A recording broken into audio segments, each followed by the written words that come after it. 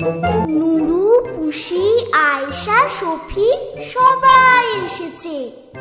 আম বাগিচার তলায় যেন তারা এসেছে। রাঁধুনিদের শখের রাঁধার পড়ে গেছে ধুম।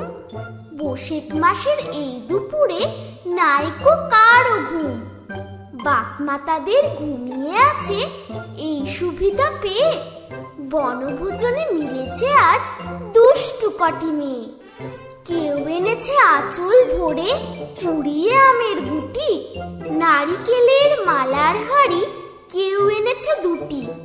কেউ এনেছে চৈত পুজোতে কেনা রঙিন খুঁড়ি, কেউ এনেছে ছোট্ট বটি, কেউ এনেছে ছুরি। বসে গেছে সবাই আজি বিপুল আয়োজনে।